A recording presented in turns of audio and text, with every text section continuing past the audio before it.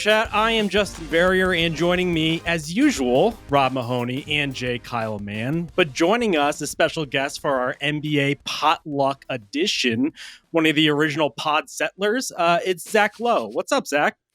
I'm thrilled to be here. The irony is I hate actual group chats in regular life, and I have multiple group chats that are muted. I recently had an issue with a Wordle group chat that I might have to eject myself from because too much information about the word was shared. And but this group chat, I'm all in for.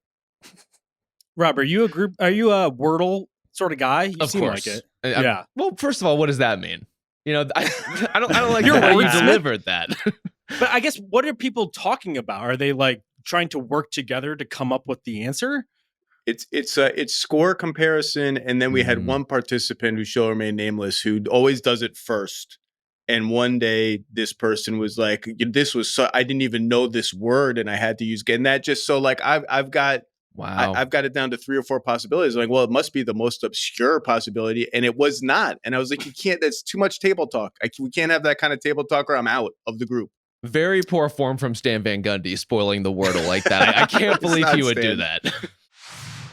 You're listening to the Ringer NBA show presented by FanDuel. FanDuel now displays your bet directly on your phone's lock screen. And with the latest updates to the live events and player pages, it's never been easier to be part of the game. And Missouri, get excited because FanDuel's coming your way December 1st. Download the FanDuel Sportsbook app now and play your game. 21 plus and present in select states, or 18 plus and present in DC, Kentucky, or Wyoming. Gambling problem? Call 1-800-GAMBLER or visit rg-help.com. Call 1-888-789-7777 or visit ccpg.org/chat in Connecticut. Table Talk is basically what we're doing here because we're doing our NBA Potluck edition in honor of Thanksgiving, where we're going around the horn. Everyone is bringing not only a player or a team to discuss, we're also bringing a take, which we'll get to later on. Why don't we jump in? Because there's a bunch of us, so we got a lot of things to discuss here. Zach, do you want to kick us off with one of your players or teams? Yeah, look, I could do the maiden group chat thing and talk about LeBron James or the Lakers or what's wrong with the Knicks or, whatever big storyline you want to do. But that's not what we're going to do here. That's not what you guys are about. That's not what I want to be about. I picked this. You can pick player or team. I'm coming in hot with Jaden Ivey and the 15-2 Detroit Pistons. Okay. He's coming back. He's played 2 games. He's looked pretty good. Kind of a lost season last year, forgotten as the Dennis Jenkins revolution occurred and the Pistons just kept on winning and winning and winning. But him coming back, Tobias Harris coming back, Jaden looking pretty good so far. It's early, shot 41% on catch and shoot threes last year. It's got me starting to think about, like, this is already transitioned from cute story to, whoa, okay, like conference finals. And this has got me thinking 2 different things. Number one, should we start thinking about this team as a finals team right now? I'm kind of already there given the state of the East. And B, the trade conversation of, do you look at this hot start and Jaden Ivey coming back as a key player if you're Trajan Langdon and say, obviously you're going to let this marinate for a bit, but does this make you more likely to go for a big swing, or does it make you more likely to think, maybe we're just good enough already given the state of the East? So I'm going Jaden Ivey and the Pistons. That's what I'm bringing. He does feel like the swing player in that conversation, because if Jaden Ivey is good enough doing this exact stuff, maybe it turns the temperature down on some of that trade talk. Maybe it lessens the need to do anything dramatic really quickly, because you can already see, even though he's not himself yet, how much just having him out there, or really having any ball handler out there with Cade, accelerates and opens up their offense. Like Ivy, if you'll pardon the pun, is like really surgical and kind of picking his spots, being hyper efficient out of the gate.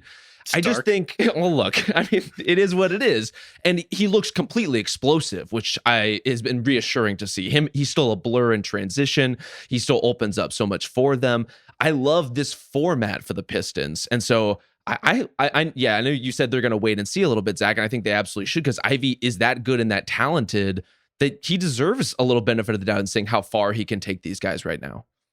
I feel like we're just now getting ready to see what was really the original vision when he was taken, which when they took him, I was just like, oh, well, this is going to be an awesome duality between the half-court grinder nature of having Cade out there, and then you've got this incendiary, just open field kick returner speed going to hit you in transition, this just thing that you can tap into. But A, The spacing was awful, as we saw. It was just from hell, putting Cade basically in like a Houdini level straitjacket in terms of half court spacing. And then he's been hurt. So it's interesting that we've just kind of been delayed in this, because when you look at him, man, the way he can it's almost like he tilts his entire body and runs at a different angle than everyone else. He's getting his conditioning back and things like that. Catch and shoot is probably a little bit better for him, but I feel like this is the original vision of what they were going to do with him and Cade. It's so nice to see him out there too, because he is a nice contrast to what they've already built, where they're practically playing WWE style, where Asar Thompson's trying to fight half of the other team. And then you got like Jalen Duren out there looking like he just stepped off of like a fireman's beefcake calendar shoot. He's just such a whole presence. A lot of beef. I described him as an Adonis yesterday with Stan Van Gundy, and I thought that was a little much. That's good. Yeah, we're just sexy Jalen Duren. That's what we're doing here. But to have that energy, to have like the just electric sort of burst there, you could already see it. And that's the advantage of having someone like Cade as your point guard, where he's practically just as big as a power forward. If he could provide that sort of complementary, you do have to start wondering big picture here, because Zach, I'm curious where you find yourself on the Pistons just right now in general, because 15-2, but the East is what it is. Are we starting to think about them as a team not only that could win the East, but that could compete with maybe the best teams just overall in the league? No on the second one. I think that's where the lack of shooting begins to really factor in. And that's why the Ivey return and the Harris return is so interesting to me, because they do, even if Ivey's 3-point shot in anyone's opinion is sort of unproven, and I guess it is, but it looks good to me. They unquestionably like unclog these lineups that are 4 non-shooters around Cade, or Duncan Robinson and Cade and 3 non-shooters. Like that's going to be tough at the highest level, but we just haven't seen anyone at the highest level in the Eastern Conference yet. Obviously, Cleveland hasn't been healthy. New York is now dealing with some injury issues, etc. But Detroit has been the class of the East, and their toughness, their defense, their interior passing. You throw a dollop of Ivey secondary creation, catch and shoot, run the offense when Cade is on the bench, and Tobias is back. Like I think we do need to update our expectations of, I think this team might be a legit finals contender just as is. Now, finals contender, we always do this thing with the East where, yeah, they could make the finals in the East, and that seems like the end of the story. You then have to play the finals. And if you're going into the finals completely hopeless, it's interesting, but it's not that interesting. And that's where the Markkanen dream looms a little bit large to me. And I don't know if there's another player anywhere theoretically possibly available at any time that I'm throwing the whole kit and caboodle in to try to get if I'm Detroit. Like, I don't know that perfect player exists. I've already come out and said I don't really get why people are trying to trade Anthony Davis to the Pistons.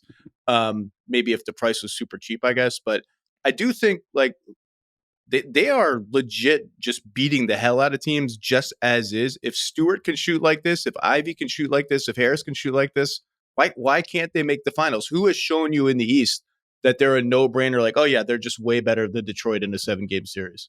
Yeah, I think they have just less to prove at this moment than the Knicks defense does, or than Cleveland's like collective metal does. Like, those are teams that have burdens of proof of their own, and Detroit's been so convincing, especially with their defense earlier this season, that like I'm on board with this. Like I'm on board with them as a highly competitive team, particularly in the East.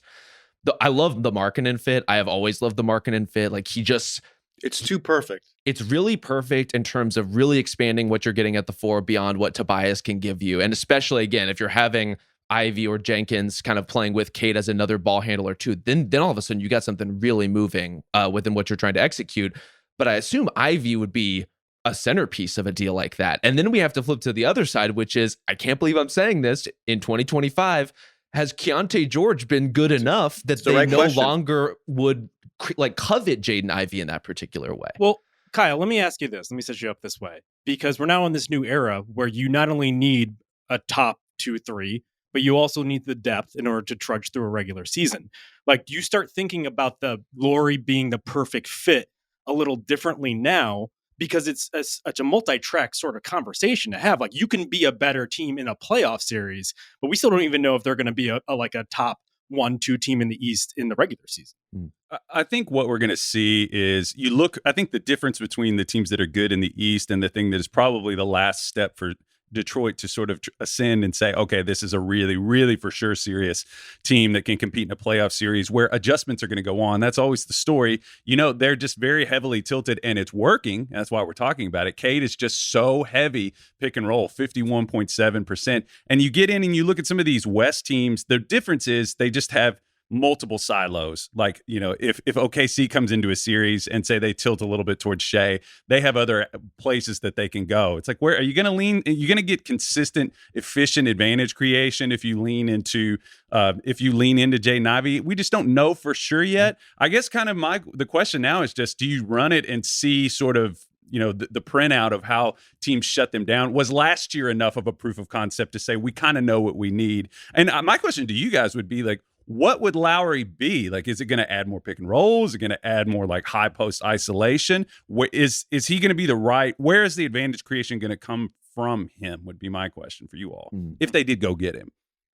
I think it's a lot of taking what is normally kind of a standstill spot and making it a roving movement spot, right? Someone who, like, Lowry is an incredible guy on the cut, on the move, constantly slashing, revolving within your offense. It's not really the way Detroit plays a lot of the time. And so the idea of and a lot of that's personnel based, I think.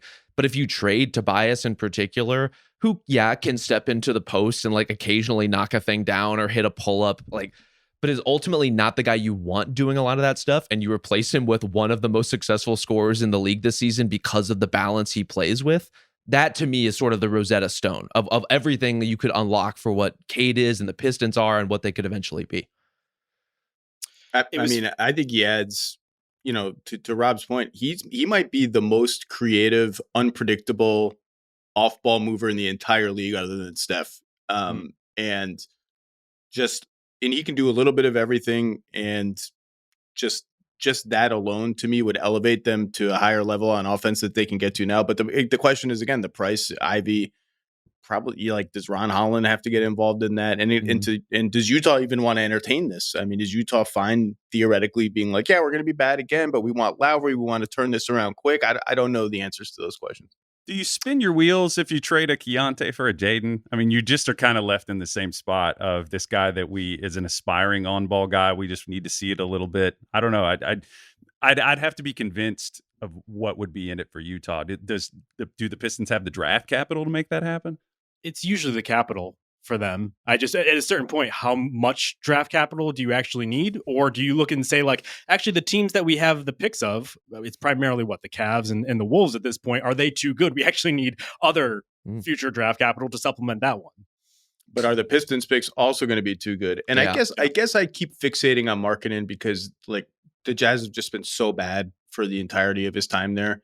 But also, I just can't find another guy who I love as, like, this is the last big piece for the Pistons, who is even theoretically available. Like, I saw some fake Zion trades floating around. Like, I don't know about all that. AD, I don't know. Maybe I'm wrong. Maybe there's a big AD for Detroit contingent here. Is he playing power forward? Like, what is?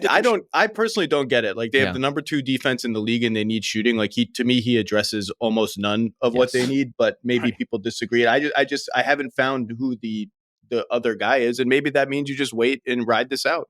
Yeah, I mean, there just aren't that many read and react fours that can actually space the floor reliably, that you trust to do both of those things at once, right? That are not just standstill players or just movement kind of flow players. Lowry can kind of do all that stuff in a way that is really exciting, but also exceptionally rare.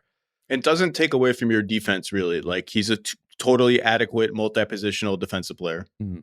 He's huge. I will say, like, the kind of synergy that's already starting to form, especially between Cade, Dern, and Ivy. Like, Kyle was sending us clips already of some sort of arcane action that I didn't know what he was talking about. But, like, there's already something there that you could build upon. And I am more curious about what they can form just in this current construction versus, like, going out and swinging it, because there's still so much to explore about this team. Do we really know what Asar Thompson is offensively? Do we even know what Ron Holland is as an NBA basketball player, besides trying to knock everybody's heads in? Like, I kind of want this to be the in-between year before the stakes really come, because this is probably one of my most fun watches out of the entire NBA. See, it's tempting. I totally agree with you. It feels like on a much lower scale, to be clear, what Presti would always say about the Thunder pre the Giddey Caruso trade, pre like their big playoff runs. Like we want to get to the playoffs and more or less like get exposed. Like what do we actually need? It feels like this could be that year for Detroit. It's just, man, you start doing these things like, oh yeah, we got 3-4 years to do this, and it just comes faster than you think, and shit happens to your team. And I'm starting to lean more to the strike while the iron is hot for basically any good team. Like this is a great luxury for the Pistons to have. Both these paths are totally fine. You know what just occurred to me is I don't think that Ron Holland ever gets mentioned without mentioning fighting. Ever. I was trying to think of a time. I think it's a good thing or a bad thing for his reputation. I don't know. He's been legit pretty good this year. And has he had a scrap yet this year? He and Beef Stew are just kind of just playing. It's mostly a SAR. Yeah. See, I see Ron as someone who's like never not at war. You know, there's always something raging within him that he's trying to psychological. Dispel. Yeah. So it really is just a matter of how we're kind of demarcating these things. That's what I want my podcast rep to be. Oh, it's already there. Fight everybody comes down. Let's be honest, it's already there. All right, since we're talking East, Rob, do you want to go with your choice? Yeah, I think another team that needed a bit of a wake-up call, that needed to get into the playoffs and per Spo's own admission, to get absolutely embarrassed in order to reinvent themselves. And that is the Miami Heat, a team that is awfully good right now and is at an incredible inflection point, I think, in terms of understanding what they're going to be.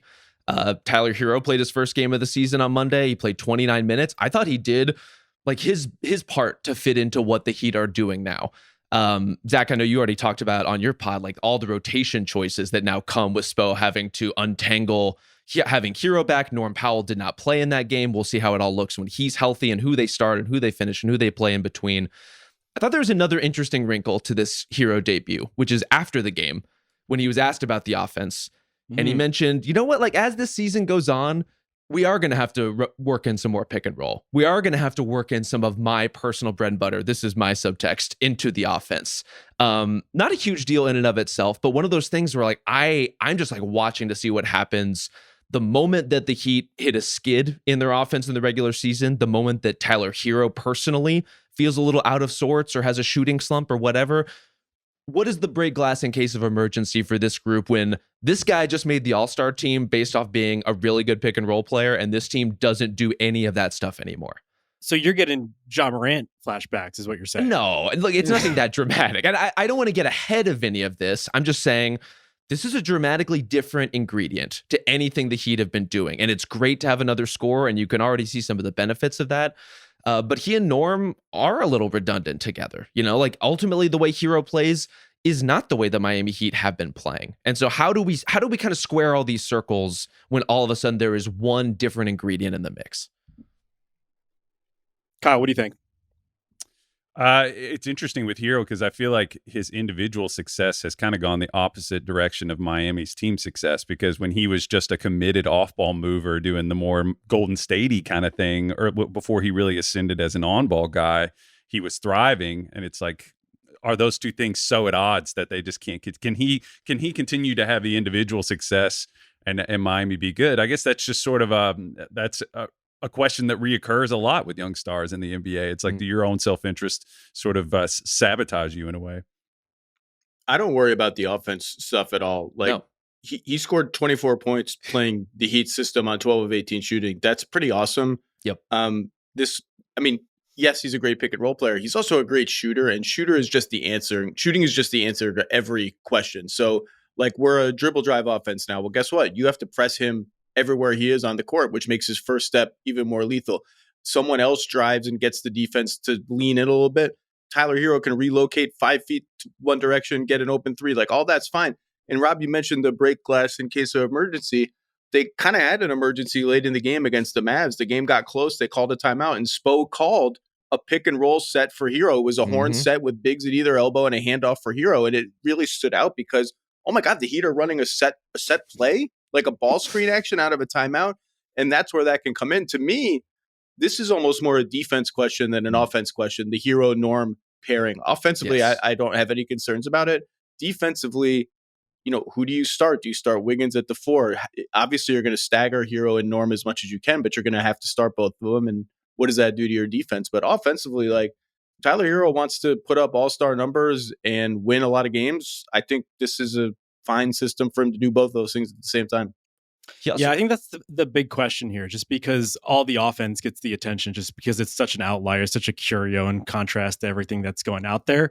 It's funny. I was watching the Pistons to prep for Ivy, and then I watched some of Miami's most recent game with Hero, and it's just like going from wrestling to synchronized swimming practically. Like you want the ballet song to just go because it's jarring, just like not seeing the picks being set and just the flow being there. It's one of the more fascinating sort of wrinkles I've seen recently. But the defense has been fourth overall. Like the balance is why they keep winning these games. And so I think we could talk about who should play and who shouldn't, but they're kind of almost boxed into a set five because Ware and Bam is starting to figure itself out simultaneously. And so if you want your five best players on the court, it's probably Hero, Norm, Wiggins, Bam, Ware, I guess. Maybe you go depending on matchups, and it's also 2025. And so in the NBA, and so guys are going to be out. And so that might just dictate who sits and who doesn't regardless. But I just don't know if you could get by with punting two spots in the backcourt. And Wiggins, as we've seen, is just like kind of come and go in terms of injuries. So I don't know. It's a very difficult kind of proposition here.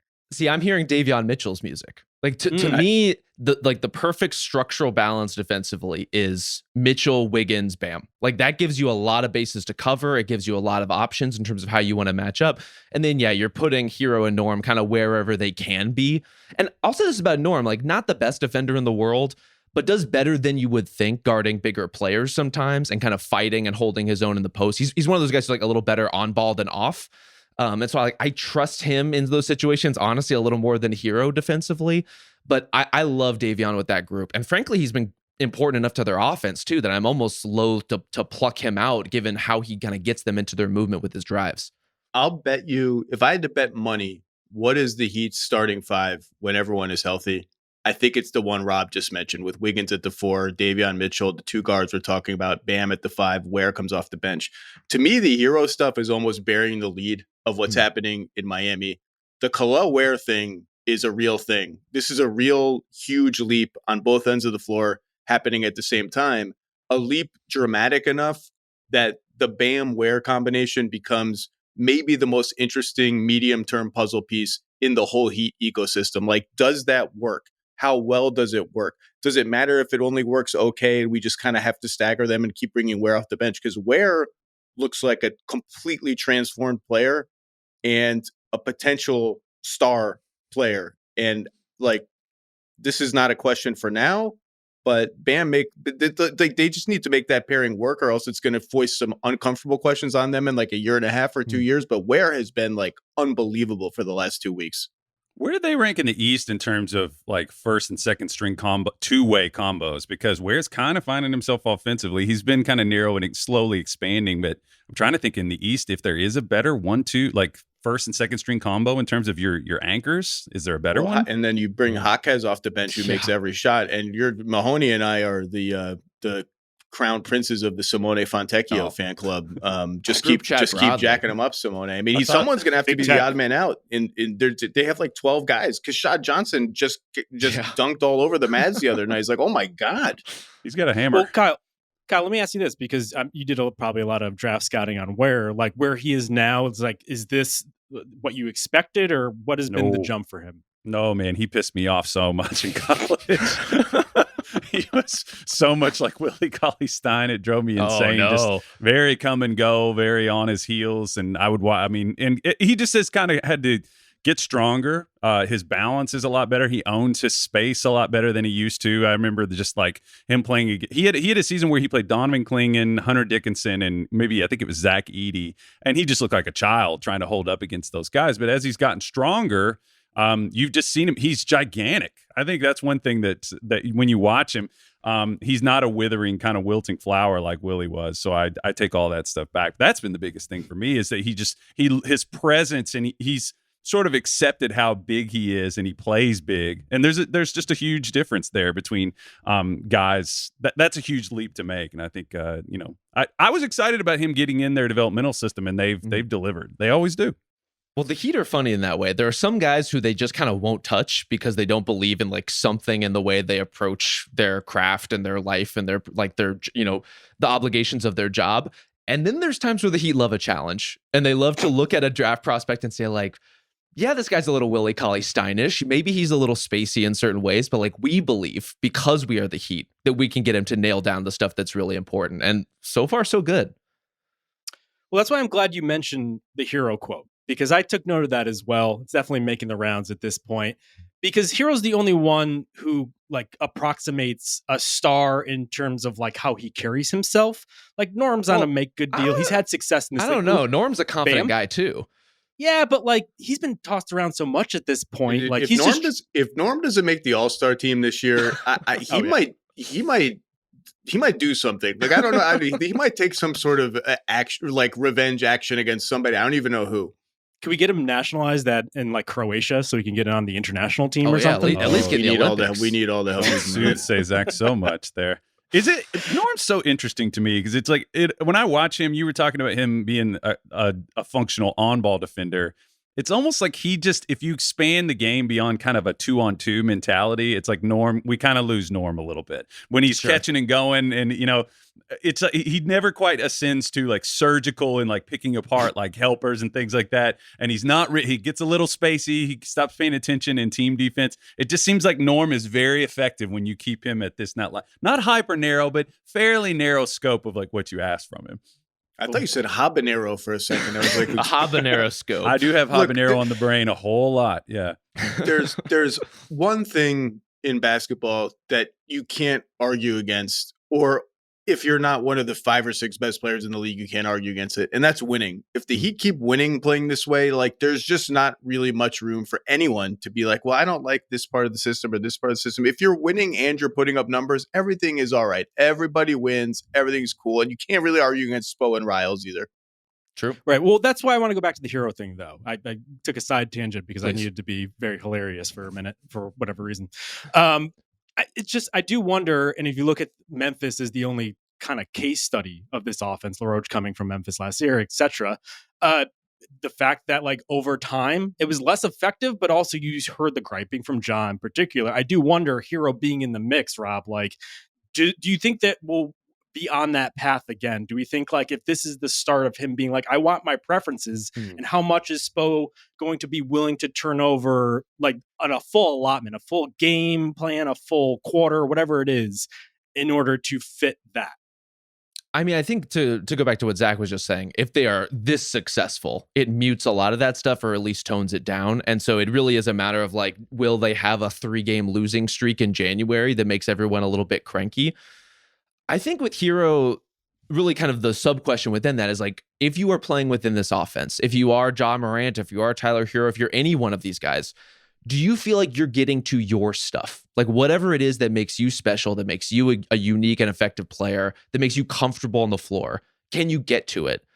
And I think Hero, even outside the pick and roll, can, for a lot of the same reasons that Norm has been successful. Like the shot in particular that I think about is like Norm has been just lights out on floaters, like just getting into that, like that quick drive, kind of 1 foot in the paint, rise and hit. Hero's great with those shots too. And that's the kind of thing that will be there all the time within this offense, if that's enough for him. If that's something he can feel comfortable and satisfied with, is getting into those sorts of shots as opposed to dancing a little more with the ball, setting up the pick and roll, getting to kind of pick and choose your side and your alignment, then I think there's room for everyone here to eat clearly and everyone here to be happy and successful. But you do have to buy in and you do have to commit to that idea that I'm going to be served something that's not my first choice, but is something I can still be happy with. Man, he looked like he was having a blast in that first game. It was only the Mavericks, but the Mavericks have the number 2 defense in the league, 12 of 18 shooting, got plenty of shots up, scored a lot of points. The other thing about buy-in, they're playing at by far the fastest pace in the NBA. Yes. They are like flying, and that takes both buy-in and stamina and everyone willing to just throw the hit ahead to the next guy or just whoever gets the rebound brings it up. And like they deserve, the whole team, coaches, players deserve a lot of buy-in for that too, because everyone talks the talk about we want to play fast. They're not only walking the walk, they're like playing at a turbo pace that you almost never see in the NBA.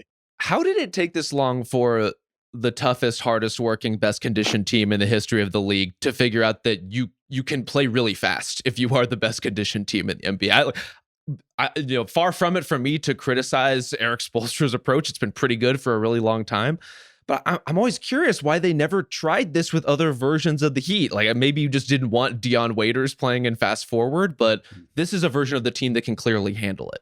Well, when Norm Powell is lined up as your best offensive player, I think you have to start thinking a little bit it's fair. Deeper into the bag. But I will say, I love that they did this and that Spo did this in particular, because it harkens back to like what he did with the Big Three Heat, just like going to Oregon Ducks practice and like bringing out the spread offense and going small ball like that. Like his intellectual ambition is just like, it's great. And he does have the carte blanche in order to institute it, right? Are there other teams that just wouldn't have had the ability to do so because they had superstars? But like, I don't think it's a surprise that Spo did it. And I have to say, after all the griping over like, oh, the NBA is like too similar now, everyone plays the same way, which is always poppycock. Like this year, there are just like pretty stark differences. We're talking about Detroit being just like a mash and pound team versus what Miami is doing. It's like, it's honestly a cornucopia, dare I say, of different approaches, and I'm having a lot of fun with it. What are the Nets doing? Where are they within the ecosystem of style?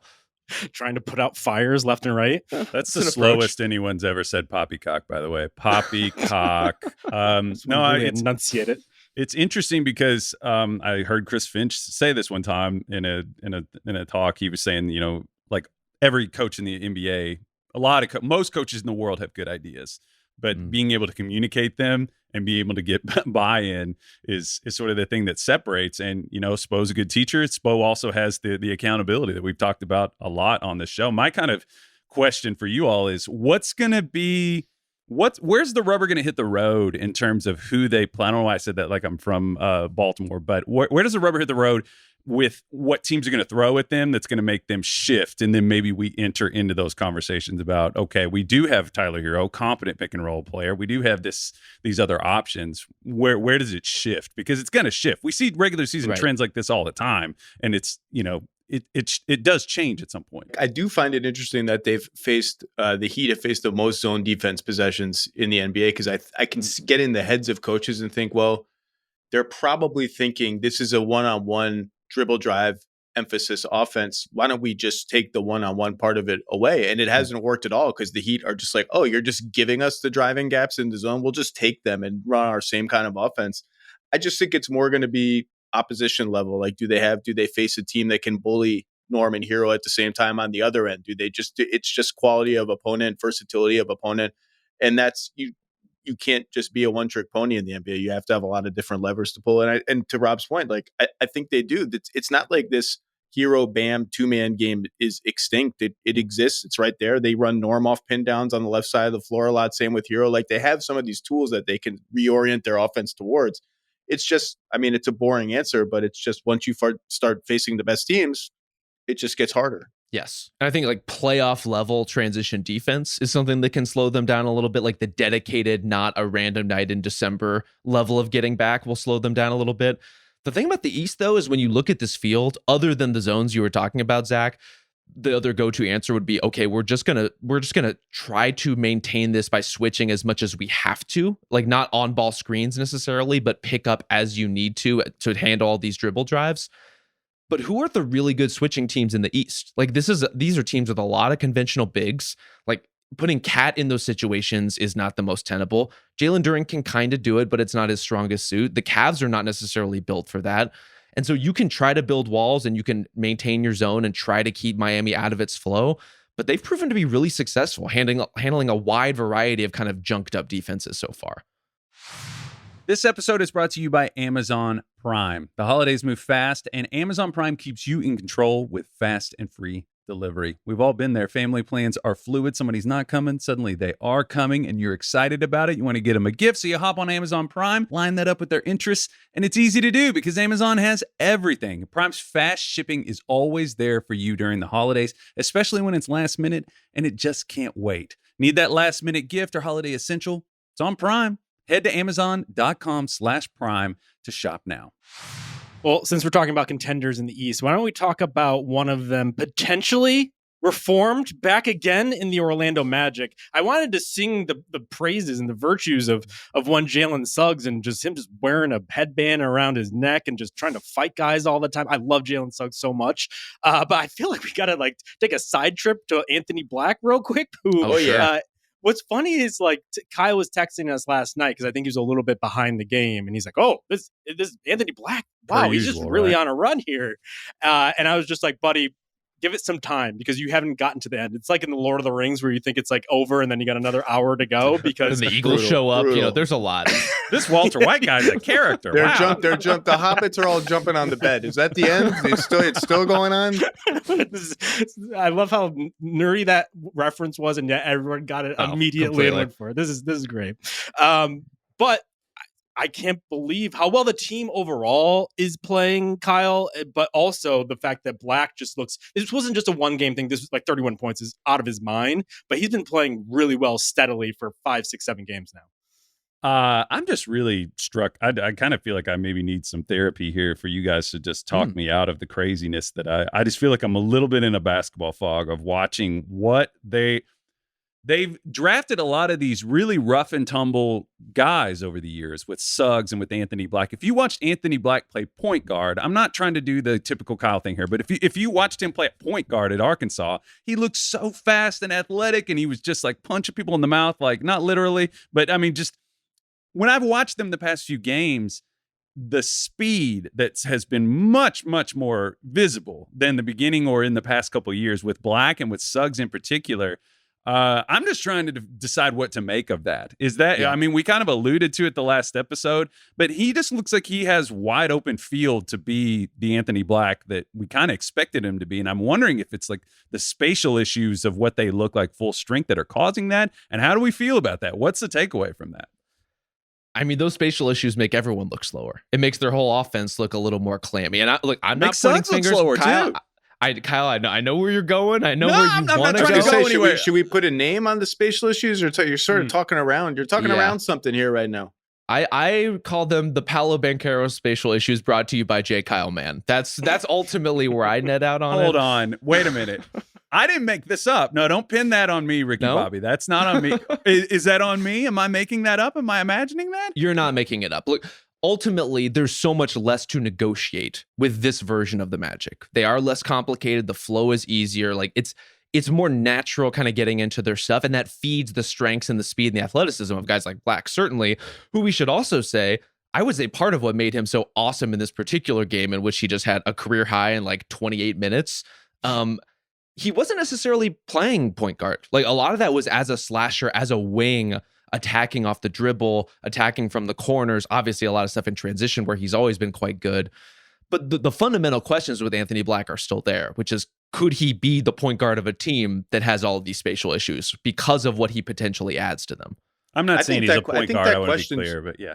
I think that question's over for the Magic. I think the answer is no, and they don't envision him as that. They envision him as the exact player you just said, cut back door, attack gaps that other guys open, run hard in transition, run the wing in transition, fill all the gaps, and hopefully make enough wide open threes that this whole machine is sustainable. I think he can absolutely be that player. He's a super athlete. Like, he's one of those athletes when he attacks the basket with a head of steam and a big guy jumps to meet him at the rim, he's like still going up while the big guy is coming down and can finish through contact like that. He was one of my 6 most intriguing players for the season before the season started, because I just thought he's going to close some games for them. He fills out a lot of their lineups, even with Bane on board. But I don't know. He's just a guard to me. I don't know what position he plays, but he's not a traditional point guard. But taking that athleticism on the drive in particular, I think one of the biggest jumps for him this year is the force on those drives. Like, he's gone from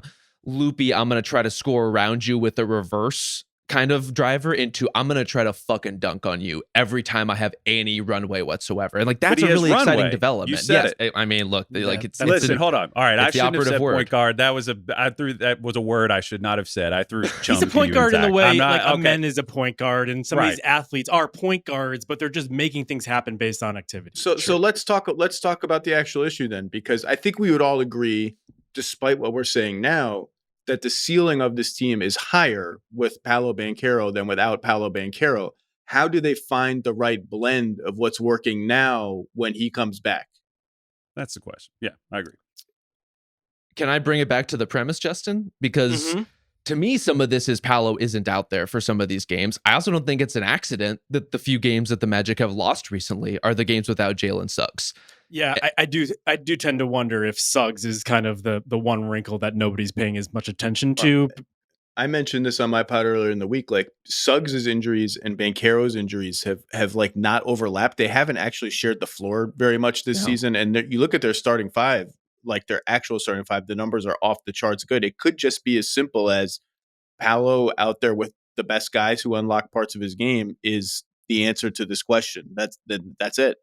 Yeah. And if you just watch him out there, like we talk about how Black isn't a point guard, I guess Suggs is functionally, but like he's doing point guard stuffs, the caretaker, that I'm trying to get everyone involved, but just in his own special way where he's just like running around like a chicken with his head cut off, but he's doing it like with jump passes. And you watch him play and every single time he's like, how can I get that guy involved? How can I like swing this to the corner? I'm at the rim, but oh god, there's a 3-point shooter who probably hasn't taken an attempt in like 5 minutes. Like, let me go there. The hit ahead passes, the outlet passes, like he's just the ultimate galvanizer of everyone around there. And it's so funny because when I'm sure everyone had this discussion when you see the contracts all laid out and you're like, oh, what are they going to do when they go close to the second apron or whatnot next year? And like Suggs makes sense just because he doesn't have the star wattage, is a little bit more like iffy offensively, but like I think he's essential. I think he's like the foundational player of this team. If anything, like I don't know if he'll be face of the franchise because Paolo is such like a superstar and Franz is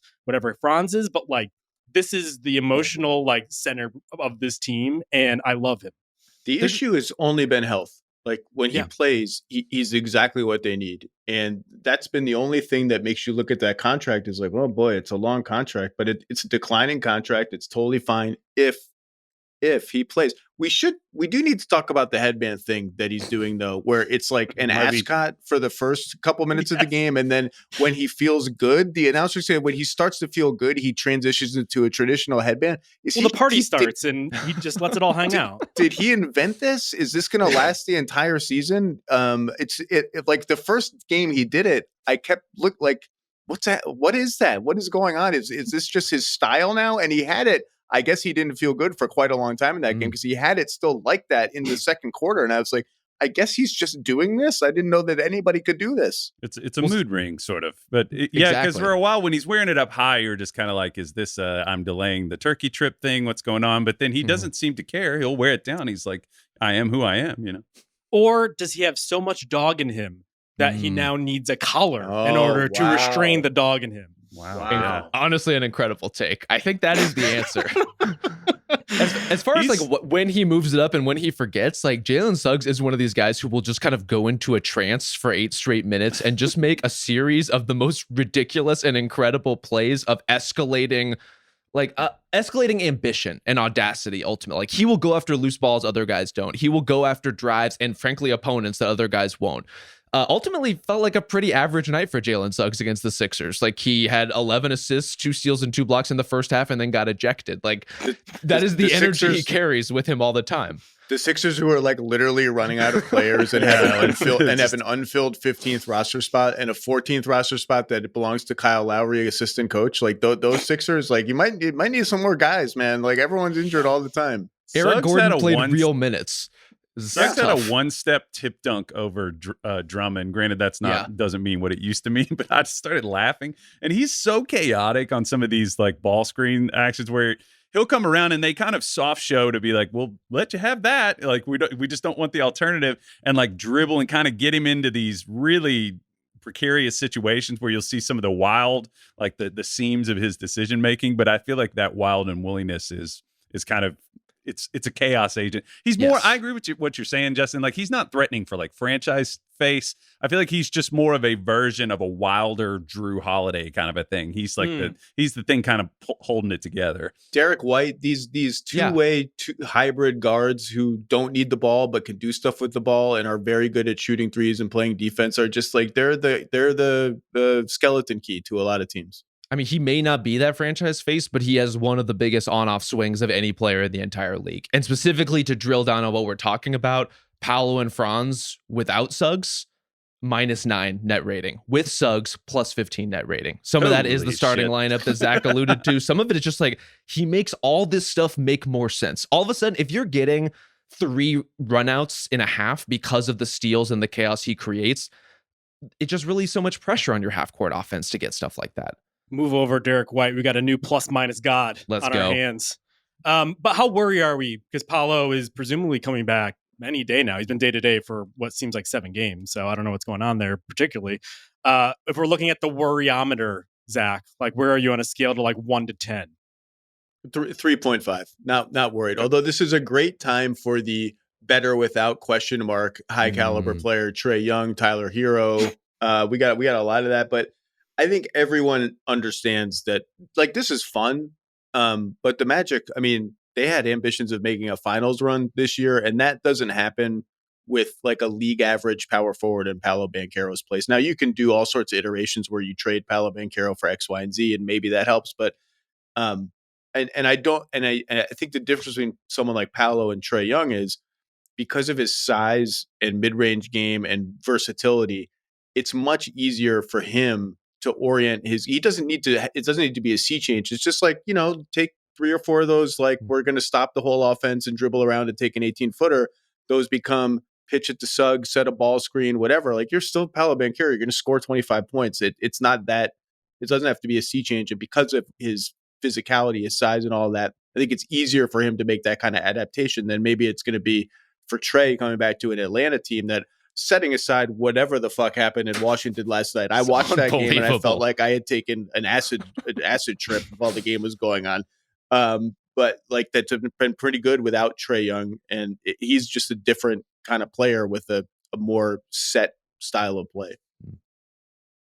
You guys, anything? Any worries? Are we above a 5 anywhere? Kyle, you're above a 5. No, I'm not. I think what they've done is I do think, wait, first of all, did you guys know that Paolo's his first middle name is Napoleon? I did not know that. That kind of blew me. That threw me for a loop. No, but does it explain a lot? I don't know. He's too big to be a Napoleon, though. I will say one of the things I've noticed in the past 6 games, like when you're looking for patterns in the way that they play, I do think that they've unlocked some lineup stuff where they can do some more like dribble handoff stuff that could help Bane, that could help Black, that could help Suggs, because their efficiencies have just like really shot up. Their assist numbers have been better in the last 6 games. They were 25th up until November 12th. And then since then they've been 5th in the league. So they've just kind of unlocked some ball movement kind of stuff. I wrote down here, we haven't seen a handoff explosion like that since Rob got the Paramore Live DVD in 2008. So, I think the Palace stuff is just kind of, it's fun to be like Ewing theory, and irritate people, but he's so young. They have so much to figure out. And like Zach was saying, they've all got to play together more. They're also, for all the hand wringing, like 2.5 games out of second place in the East. But everyone is. Who's wringing their hands? That's the thing. Well, I think there's been a lot of hand wringing from their slow start. Specifically, the defense was really sleepy out of the gate. The offense, clearly, there was and still is a lot to work out in certain ways.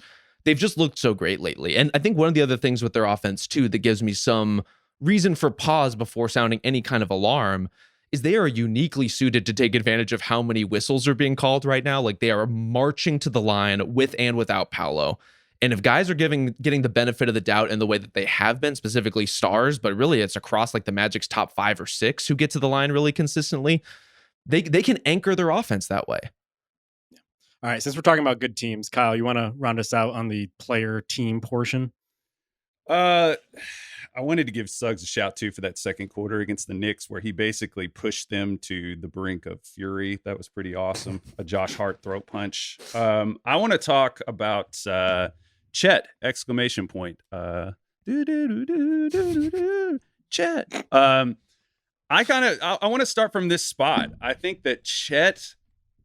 I asked myself this question. I was just like, is Chet one of the most dynamic basketball players in the world? Like, is he in like the top 10? Like, I'm thinking about both directions, what he does for the cohesion of the personality shifts that are available to the Thunder on defense. They can be an uphill, aggressive, disruptive team, and he can be switchy in that. They can hang back. Granted, there's some Hartenstein stuff that helps unlock some of that too. It's not totally a total Chet thing. But then you look at what he is on offense. He's obviously, I was noticing his rim protection numbers are a little bit different, but I think that kind of speaks to some of the versatility. But then on offense, you start to look at the way that he is starting to grow in terms of his self-creation. It's not wild and out of control and wasteful, but he's picking his spots. I just want to start there with that. I mean, I think he's probably, is he one of the 5 most dynamic players in the world in both directions? Like, is the fact that he's not overly productive on offense making us kind of underrate him a little bit in terms of his total versatility? His range of impact is just phenomenal and essential to what they do. Yeah. I think the way that versatility manifests is not the way we usually talk about versatility, right? He's not like Jalen Johnson versatile, and so he gets lost in that shuffle a little bit. But you're absolutely right about the defense. And I think he deserves a lot more credit for the way he's evolving offensively. The self-creation, Kyle, you're absolutely right. He's getting better and better at picking his spots. He's also cutting so much more than he ever has before. And to me, that's indicative of, look, rookie year, he comes in off a major injury. He's just trying to get his feet, and he's playing full-time center. Sophomore year, he comes in, breaks his freaking pelvis, and then comes back to a team in process, and now he's a hybrid 4-5, playing with Isaiah Hartenstein. Now he's had the reps. He's been through the battles. He understands kind of where his spots are and where the angles are, and he's growing into his game, and you can see it in the way he navigates the floor. Like, he just has a better sense of how to be the best version of Chet for the Thunder offense in particular than certainly he's ever had before. He was my, when I did a most improved player preview podcast with Kirk Goldsberry, I made both of us pick one like obvious candidate, like an Asar Thompson, Amen Thompson style candidate, one like super deep cut, like regular people don't even know who this person is candidate, and one I just called it like all-star level candidate, because every year you get to the midpoint of the season and it's like, I'm going back 5 years, like, should Luka Doncic be most improved player? And my pick was Chet Holmgren, because you could see this stuff coming with the self-creation on offense. And you just felt like the Thunder were going to use parts of this season to let other guys stretch themselves a little bit to get ready for the playoffs. And Chet is doing that. Other guys are doing that. He's shooting 68% on twos. The defense is just what it is. It's first team all defense level. If he ever plays 65 games, he'll land there, or second team. Yeah, they're Hartenstein's. They're just across the. They're just scary. It's a little scary. They're right crazy. Now. I do love the leap that Chet's having right now, because Kyle, I don't know if it's necessarily an exclamation point so much as it is like the ellipses before the exclamation point. It's kind of like the first two acts of Jaws right now, because he's doing things that are clearly different and he's taking a leap, but it's really simmering beneath the surface. And so it's just like more refined, more sophisticated, or just more streamlined of what he was already pretty good at. Like the mid-range shot has just been unbelievable thus far. The ball handling is better. And just like the confidence within the role that they've already carved out for him is just off the charts. Mm-hmm. And to take a leap as a young player is one thing, but to do it within the safeguards of what the Thunder have built and to not disrupt anything that's going on to the point where they only have one loss right now is pretty remarkable. Like he's just like, he's doing all of these like crazy things, but they're just so defined in a way that I can't remember another player doing. I think we used to talk about this on the Ringer, like back with Charks and back in the day, we would talk about people look for raw production sometimes as proof of development, but you nailed it. Like definition, discernment, judiciousness, those are development too. Not necessarily in like, oh, his numbers went to the moon. Like the intelligence to play, the headiness and the conscientiousness to play a certain way when it's the right thing, what your team needs. I think one of the things here, and his development for the Thunder is so hilarious to me because it's just extra. It's like Mr. Burns winning the softball game in that episode, and Smithers asks him what he's going to do with the $1 million, and he says, I'll throw it on the pile, I suppose. That's kind of what Chet turning into an on-ball creator is. And yeah, he's up to 81% at the rim, but he's more particular. And I think the thing about OKC that's so damning and that really kind of weeds out who can be competitive with them is when you start getting the guard-on-guard screening stuff that they can do on one side of the floor. If you have Case and Wallace, if you have Shea, if you have Hartenstein down in the dunker spot, the floor tilts over here. We saw this against the Warriors. You know who was sagging into help position against Chet Holmgren? Quentin Post. Chet Holmgren proceeded to, in this cycle, it was like a 4 or 5 play cycle. Chet was just like, all right, shot fake. I'm going to drive. I'm going to pivot. I'm bored. Layup over Quentin Post. He did it again. He got little corkscrew. He's amazing at the little corkscrew fadeaway. He's smart about when he takes those. And then he just cashed a wide open 3. And it was just like, okay, well, we need somebody else. So it's the Aaron Gordons. If you think about the guys in the West who are in that spot, who can even compete with them on that level. And I just think that's the stress of what takes them from, that's a good team, to, God damn, what are we going to do against the Thunder? We all cite this stat on our various shows every day, week. It's just still fun to look at the defensive efficiency ratings and see Oklahoma City, number 1, 102.8 points allowed per 100 possessions. Dallas, number 2, 110.3. Like, it's just not even, they're just in a different universe. It's absolutely crazy. And I know their schedule's been pretty easy, partly because they can't play themselves, but it's just like, it's an outrageous number. I have another stat, and I want to follow it up with a question. First of all, we all know they've only lost 1 game this season. That's part of the Thunder story. Chet didn't play. It's also been about a month since they have lost by less than double digits. They just blow everyone out all the time. And yes, some of those are softer teams that have, found their way into their schedule. But I was thinking about this as we were talking about the Pistons earlier. And do we think they would be competitive with the true best teams in the league? When do you think the Thunder will lose a game this season to an Eastern Conference team? Oof. Oh man! Like, maybe I'm bringing up their schedule now because this is exciting. I think it would have to be like either a sort of random, they just have one too many guys out situation, or a back to back or something. But like, they don't really play one until December 28th, so that's part of it. We're buying time for sure. But I'm just throwing it out there. Like, where is the point where they will lose? December 29th home, but back to back against the Hawks. I have to see if the Hawks are. Never doubt the Hawks. The Hawks could lose to Washington by 1,000 points or beat the Thunder on the road. Anything's possible. Those back to backs are tough too. At New York is the second end of a back to back where they lose an hour. Okay, we're starting to talk about time zones and rest. We got to figure out how to chip away. You got to grasp at something. Yeah, I mean, they're at Chicago, then at New York, March 4th. If Cleveland is at full strength or approximating it on January 19th in Cleveland, that's something. It's part of a long road trip. It's a 5-game road trip. That would be my pick. There's a lot of they may not stores. Lose an interconference game until January 19th. Just insane shit from the Thunder as usual.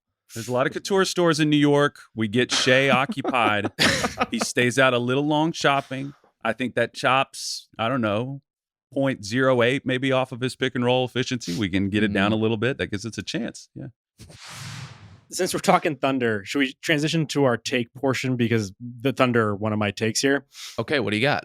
Okay, so this is like the dessert portion. We're just going to go around and give one take that we've been simmering on for a little bit. Mine is like sacrilegious. Like, Kyle, are you wearing a Bird Indiana State jersey right now? Indeed I am, Justin. Okay, you might want to cover its eyes or just like turn it around or something here. The pandering from this guy to try to get a raise around here by wearing the Bird college jersey is just embarrassing. My father not even the Bird Mester yet. Person. Yeah. Okay. So Len Bias, one of the biggest what ifs in NBA history, right? There's literally a Ringer Narrative podcast called What If, the Len Bias story. So, and it's like hollow ground to talk about it. Just, it's also one of the biggest tragedies in sports history and all that stuff. But I'm starting to think about what if the Thunder got a top pick in this year's draft via the Los Angeles Clippers. You're just starting to think about it now? I think about it like every 15 minutes. Well, I'm thinking about the implications probably more than anything else, because I'm thinking about that team. Everyone talks about, they get biased and they extend their run because they had already won 2 or 3 titles at that point. They're already historic. Like, we may never see anything like it again, even the Thunder as they are now. But I'm starting to wonder, like, if you add AJ DeBonsa to this core, all of like whom are 27 and under at this point, like, is it just a wrap? Do we get to see what would happen if you add just a historically dominant team, add one of the best incoming prospects in the world? Like, what the fuck? It's unbelievable. Nothing's ever a wrap. Like, it was a wrap when Durant went to the Warriors and they won 1 title, and then they were taken to Game 7 the next year, and then they lost the year after that. It's never as much of a wrap as we think it's going to be, but it's definitely suboptimal for the other 29 teams. I also have a sub. Go ahead. We won't dwell too much on this because you just start saying names, but I mean that people maybe don't even necessarily know. But even if they added the 5th pick, like Caleb Wilson from North Carolina, who's this gigantic wing defender, spacer, like even that would be a lot. And they have guys in the wings, like we've said. We get Topic get better soon, obviously, and Sorber get better soon, obviously. If they have, even if they don't get the 5th pick, it's already really unfortunate.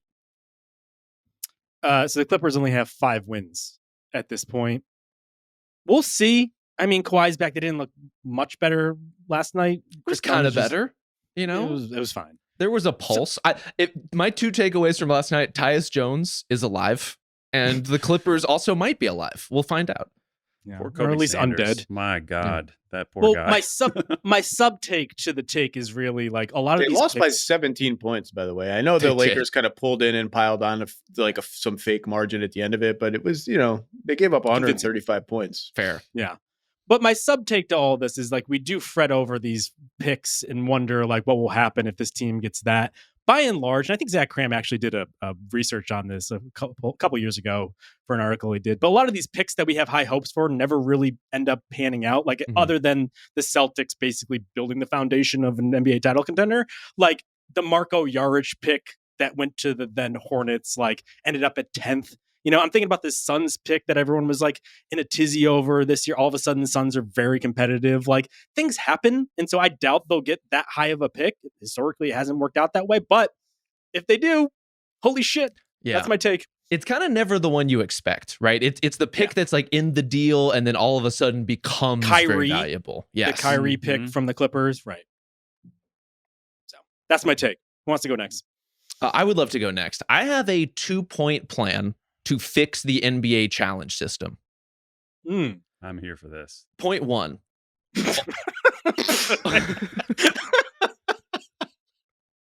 All right. Let me. It's 2 points. You don't have to wait that long. I have to say, I've never been less excited for a hot take on a podcast. Let me see if I can win you over. Point 1, only a player is allowed to challenge a call from now on. No coaches. A player on the floor has to decide this is the moment where they want to challenge a play. Point 2, if they are wrong, first they have to walk over to the Billy Kennedy cam, look down the barrel, and apologize to everyone. And then they have to check themselves out of the game for a minimum of 1 minute. How do we feel about that? I just think we should bring back shame is ultimately my take. But how do they decide? How do they officially make a challenge? Because if it's just you make the sign, it's going to be over in the first 2 minutes of the game, which is maybe what you want. Maybe you just want to get it over with. All challenges will be gone in the first quarter for sure. First minute, yeah, Zach's right.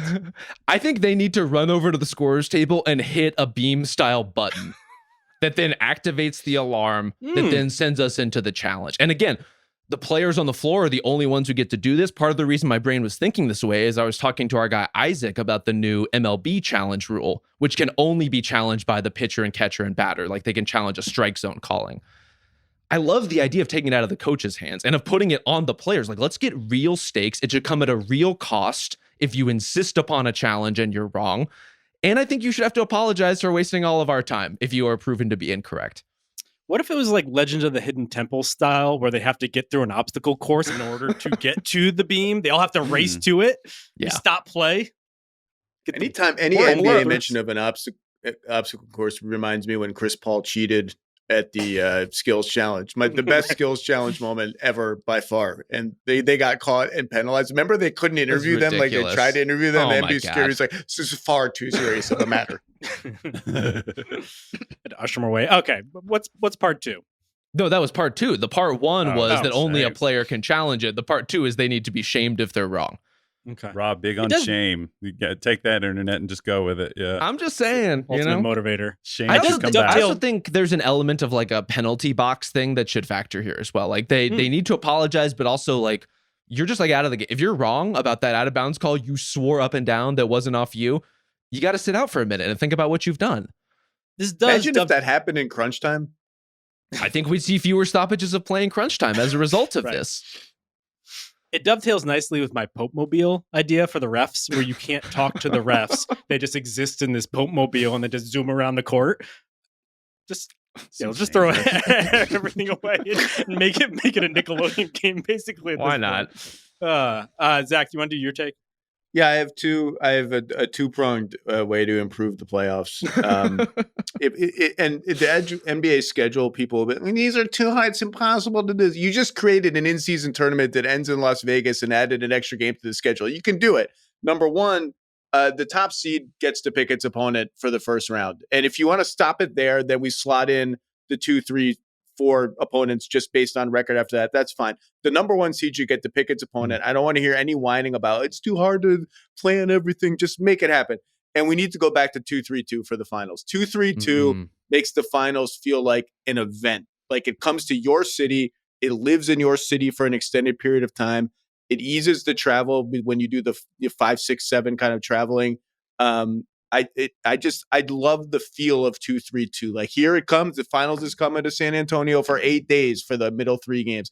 And I never heard a convincing argument. You know, some people say, well, it's too much of an advantage for the underdog because any team should the favorite should always get game 5 at home if it's 2-2. Some people will say it's too much of an advantage for the favorite because no one is going to win 3 straight home games. I never saw convincing proof any other way. I don't know why it's not 2-3-2. Bring back 2-3-2. Is the reason we don't have 2-3-2 is more for the logistics, or is it more the competitive aspect to it? I have no idea. Yeah, people used to complain about the competitive aspect, but from both directions, and neither one ever made much sense to me. And the logistics are decidedly worse. I mean, for everyone. Yes. It has to be a competitive one. It's a lot of international media. That's what they usually would say, but I don't know. It's 2025. We're getting around on light speed trains in Tokyo, so we'll figure it out. I mean, host the NBA Finals in Tokyo is not a bad take, honestly. But here's the thing. Even if the competitive challenges are true, I like the idea that the NBA Finals might be a unique sort of challenge, that it is a mountain that is unlike any series you've ever played before to this point. Like, what would be so wrong with that? Yeah, the finals should be different in as many ways as possible. And I just love 2-3-2. And to pick your opponent one, I haven't heard a convincing argument against that either, other than the number one seed doesn't want to give whoever they pick bulletin board material. Who cares? Like, that's what you're afraid of. You're the number one seed in the conference. Are we keeping the play-in with the pick your opponent style here? Yeah, absolutely. Okay. I just think the number one seed should be insulated from, the Warriors were injured all year and now they're healthy and they're 15-1 in their last 16 games and they somehow come out in the 8th seed in the play-in tournament. No, we're flipping that around. They get to be the 7th seed. I get to pick whoever I want to play. I would be fascinated to see if there was ever a number one seed under this format where it's like, ooh, Alperen Şengün's out for the next 10 to 14 days. Do we pick the Rockets now? Like, do you try to jump on it in an unconventional way as opposed to just like, who is the worst team in this field? Yeah, we might have to organize it so that you can only pick from the play-in teams or from the bottom 4 or something. Yeah. But those are, I don't know. I just like both those ideas. Absolutely. We need more juice in the 1-8, the 2-7s. Like, we don't get Heat, Bucks all that often. It's usually like Celtics, Hawks, where it's just like, oh, they win one game and oh my god, but then it just trounced them anyway. So I'm anything for that. Kyle, last one.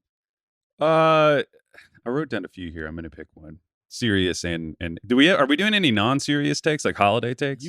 Whatever you want. This is an unserious podcast. I hate to break it to you. Let's see. I had a few here. Cherries are only good in drinks. Otherwise, they're not good at all. Sweet potatoes. Cherries suck, by the way. Cherries they're not suck. even good for you. They have way too cherries suck. Cherries most overrated fruit. Most underrated fruit is pear, by the way. I don't want to eat anything that's a mess.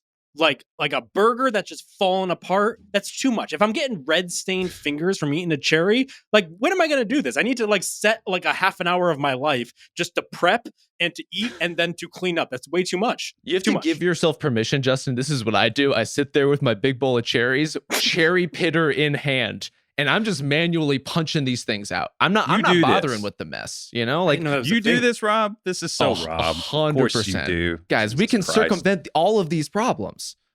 The other one, what does it look like, the pitter? Is it like a hand tool, or? It's a hand tool that basically has a punch that punches the pit through. Okay. Is it specifically for cherries? I believe it's flexible cherry and olive, if I'm not mistaken. So, don't buy any Olives one-use also tools for disgusting. your kitchen, but 2 use is okay. Sweet potatoes are plenty sweet on their own, and you're out of control if you have to load a sweet potato. Sweet potatoes should be on the dessert table. Have you ever eat just a normal sweet potato in the oven? They're sugary. They're delicious. You don't need to load a sweet potato. It's a dessert. I'm just saying. It's not a side. Sorry, Texas Roadhouse. So those are my 2 holiday takes. I have a basketball take. Okay. I think that dribbling, ball handling has changed basketball more than shooting has over the decades. You're saying the evolution from like Bob Cousy, a one arm behind your back sort of ball handling to where we are now? Or like, what is the arc of what we're discussing? I think, by the way, I think you need to be careful. I think Bill has some sort of chip where anyone disparages Bob Cousy, he gets an alert if it's on his staff. So just expect an email later today. Because I ran into this earlier this week with the Chris Paul conversation. No, I think ball handling created the individual star. I think all of the things that we deal with in terms of players being unguardable are the result of the changing of ball handling rules. I think players were always going to become better shooters.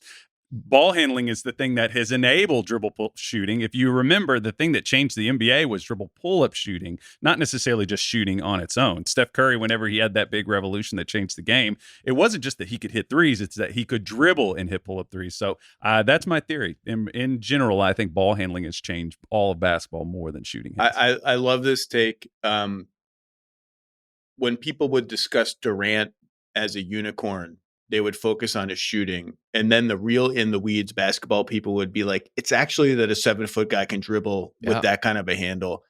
And then you talk about, like I was talking about this last week, the fact that Jokic and Şengün can just get the ball 30 feet from the rim and dribble it where they want to go without getting it picked or disrupted is kind of like a new-ish thing for big guys that skilled to be able to do. Like they can like post up without needing to post up and get an entry pass, basically just by dribbling into it, and they don't get picked. And like, that's kind of a huge deal. It is the key to almost every player's development. For as often as we're saying, like, we hope that this one wing who got drafted can learn how to shoot threes. It is for Şengün. Like we were just talking about with Jaden McDaniels earlier too, about the way that's changed his offensive game, being able to handle a little bit more. It opens up everything. So Kyle, I hear what you're saying, but also the subtext is it opens up everything so that you can then shoot, or so that you can then create a shot for someone else. So it's they need each other. They need each other. Untangling them is hard. But I just think seizing space, that the ball handling has been the difference, honestly. So. Well, if you break them down to the parts, like shooting is one action, whereas dribbling is multiple actions in the human body. And so thus it's like a combination of things going into there's no like surprise that there's more creativity involved there versus the shooting one. It's more like in Street Fighter, you have a punch, but it takes you multiple different buttons in order to get off like the finishers or whatever. Yeah. Finishers. Come on. This isn't Mortal Kombat. What are you doing? Babalities? Yeah. You rip off some babalities in your day, Verrier? You goddamn right. I could take that one a number of ways. Also, I think we should move to officially change the interim coach title to the Prunty.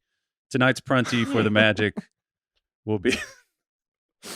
I don't know. JB did it a lot too, to be honest with you. I like it. Okay. Before we go here, every time on the Potluck, we give Rob 5 to 10 minutes to bore the audience with talking about what he's cooking this year. What do we got going on here? Turducken? Any sort of like baked turkey? What are we doing? I'm slowly going insane over here. This is the first Thanksgiving in a long time I am not making the full spread, and I don't know what to fucking do with myself. I'm visiting. I'm traveling for Thanksgiving. I have been asked to bring a dessert without peanuts. Fair consideration. What am I like? Normally, this is the point in my week in which I'm making 2 different ice creams and trying to get my pie dough in order. What am I supposed to do with my day? Like, genuinely, what am I supposed to do? Got some TV pods lined up, or what are you gonna do? I always do. Just the answer to that question. But eat cherries. Just enjoy some cherries. Get your glycemic index way up there, Rob. Go ahead. Tis the season. I am happy to celebrate with some cherries. Like, you guys need to get a Rainier cherry in your life. Like, that's what I'm hearing from the 3 of you. Yeah. All right, let's wrap it there. Zach Lowe, thank you so much for joining us. Thanks, Zach. Great time. Happy Thanksgiving, everybody. Likewise. Happy Thanksgiving, everybody. Thank you to Victoria Valencia. Thank you to Isaiah Blakely. We'll be back on Sunday. Have a good Thanksgiving. We'll talk to you then. Must be 21 plus and present in select states. For Kansas in affiliation with Kansas Star Casino, or 18 plus and present in DC, Kentucky, or Wyoming. Gambling problem? Call 1-800-GAMBLER or visit rg-help.com. Call 1-888-789-7777 or visit ccpg.org/chat in Connecticut, or visit mdgamblinghelp.org in Maryland. Hope is here. Visit gamblinghelplinema.org or call 800-327-5050 for 24/7 support in Massachusetts, or call 1-877-8-HOPE-NY or text HOPE-NY in New York.